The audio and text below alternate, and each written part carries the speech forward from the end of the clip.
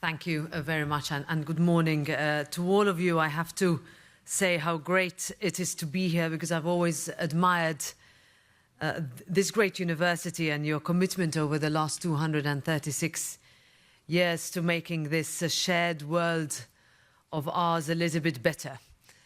For your commitment to community, for pushing change and shaping protagonists, girls and boys who grew up on this campus and who understand the value of service to others, whether in politics, in medicine, in art, in business, in diplomacy, sport, philosophy, or academia. This Jesuit-founded university is not only an American institution, but it's a global icon of free thinking. It was those formative years of my studies in my country and in others that instilled in me a passion, I would say, for change, that planted the idea that none of us are passive spectators and that you are never too few or too alone to make a real difference. And I think it is this perhaps unfashionable idea of duty that to a cause greater than oneself. So my outlet to do this was politics. To me, that was the best forum to push change. Of course, it's not the only one, but despite the bruising back and forth, the scandals and the scrutiny, I'm here to tell you that it remains a noble cause. And I hope that some of you take the plunge and get involved, no matter how difficult it sounds. So if you take one thing away from my remarks today, let it be this, that you are democracy's next generation, and that you are not here to sit on the sidelines. And I'm going to ask you to lead, and I'm going to ask you to stand up for what you believe in. That is not always easy to do, as we've just heard. You will face criticism, sometimes fairly, sometimes less so. Online, people will write things that are often horrible to read. For women, it's inevitably harder. But the fight is worth it. And as our way comes under increasing pressure, we will look to you to carry the torch, as it was passed on to us. In 1988, just outside this building on the Healy lawn, President Reagan gave a speech on the importance of freedom as the first principle of society. And he reached out to the millions who at the time still lived under the yoke of communism. There were millions who lived in our Europe under that yoke who heard him, who believed in a better way, and who looked to the United States and what was then Western Europe. Those words reverberated around the world and into the ears of those people in the Baltics, in East Germany, in Poland, in Hungary, and so many more who wanted their children to live in liberty. An idea as old as this nation, but that speaks to the soul of everyone. A year later, that yoke crumbled, and millions in Europe were set free. And I remember watching on a small television in my grandmother's house the Berlin Wall come crashing down. Then just a month later, in what was the worst storm in a generation, President Bush met President Gorbachev in Malta, in my country, to officially end the Cold War. A peace that so many had for decades thought impossible was found in the middle of the Mediterranean on an island 17 miles long, 9 miles wide. Remember that next time you think or you are told that you are too small to matter. That's the spirit that we need to see today. Mine is the last generation to have known that world, a world where democracy was not a given.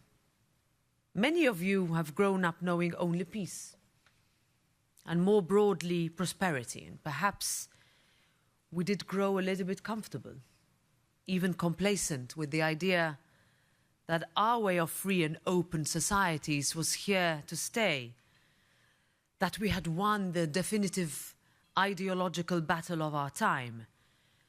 Perhaps we allowed the pendulum to swing too far, thinking we would never go back. Perhaps we forgot the lessons of history. Then came February 24th, 2022, when Russian tanks rolled into free Ukraine. On that date, our international order was dealt a blow, and our sense of security took a hit. The invasion of Ukraine marked a generational shift. We realized that the economic ties that we had built would keep us safe, but they did not do so. We were vulnerable.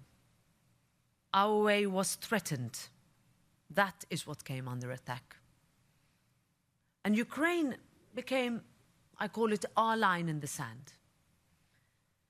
Being unfree is still a part of our living memory as Europe. We know what is at stake, and we will rise to meet this moment to ensure freedom and to ensure peace. Real peace, not subjugation. Not a peace that paves the way for a bloodier battle down the road. So now our democracies collectively are being called upon once again to stand up and work for that elusive peace, a peace that requires leadership. And America and Europe have proved again and again that peace and progress requires cooperation, that freedom and justice are not simply ideals, but they are shared responsibilities.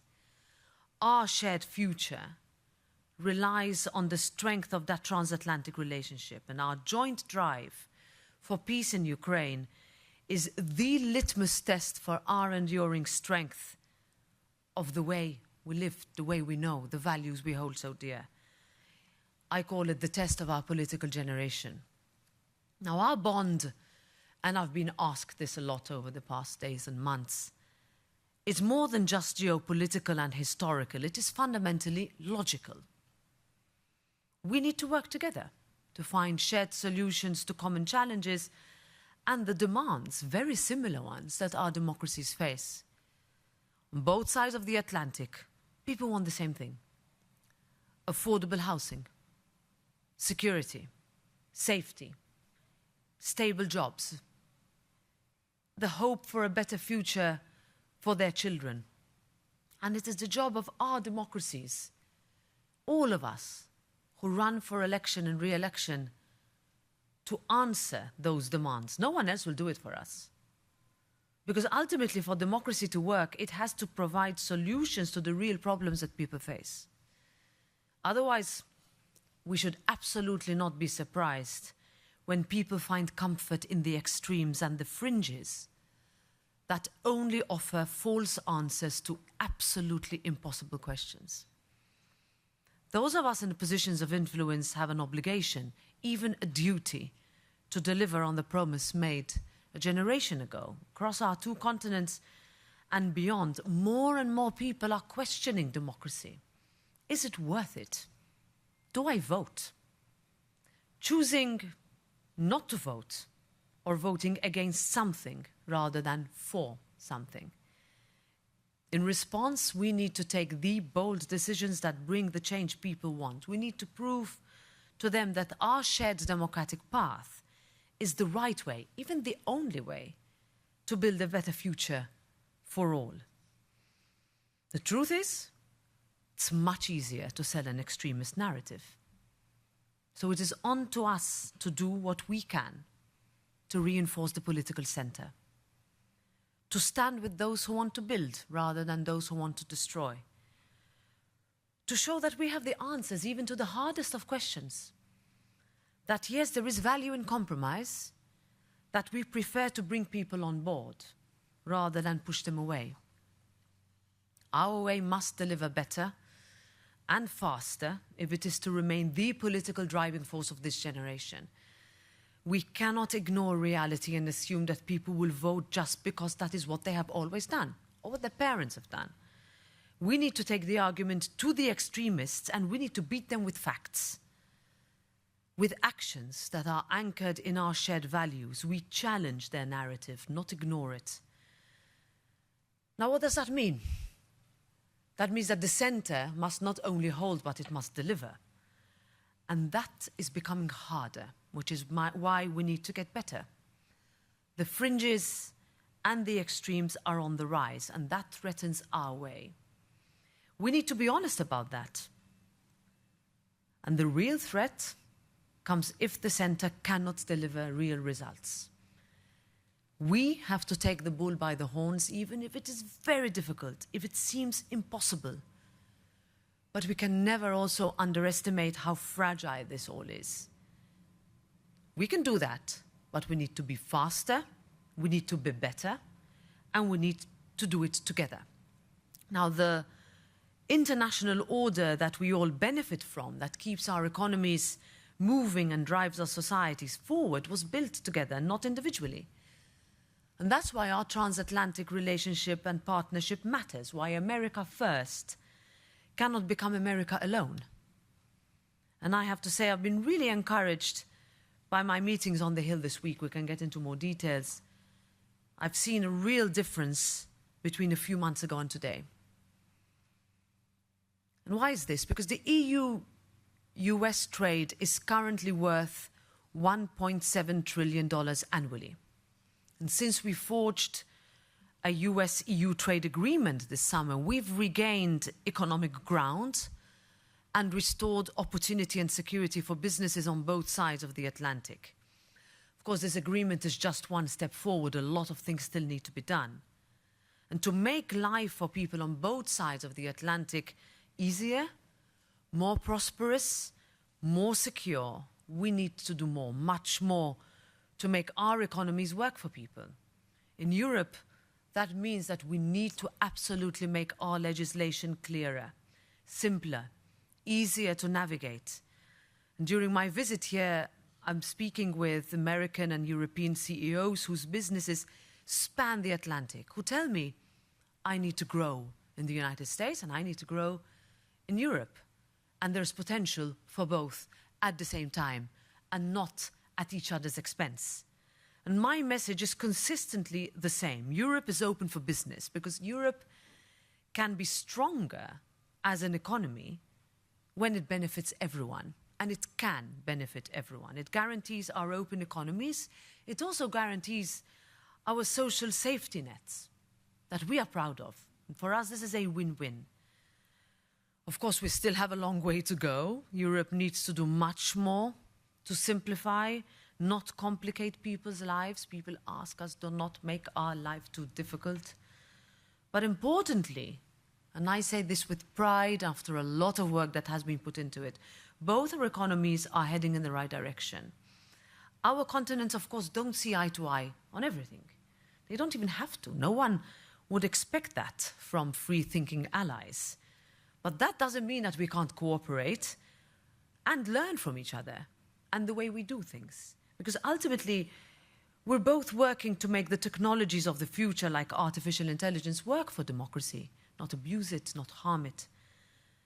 There are areas where we should be collaborating and not moving in opposite directions. And one person put it to me that the next transformative battle we will have to face is democratic versus autocratic AI, for example.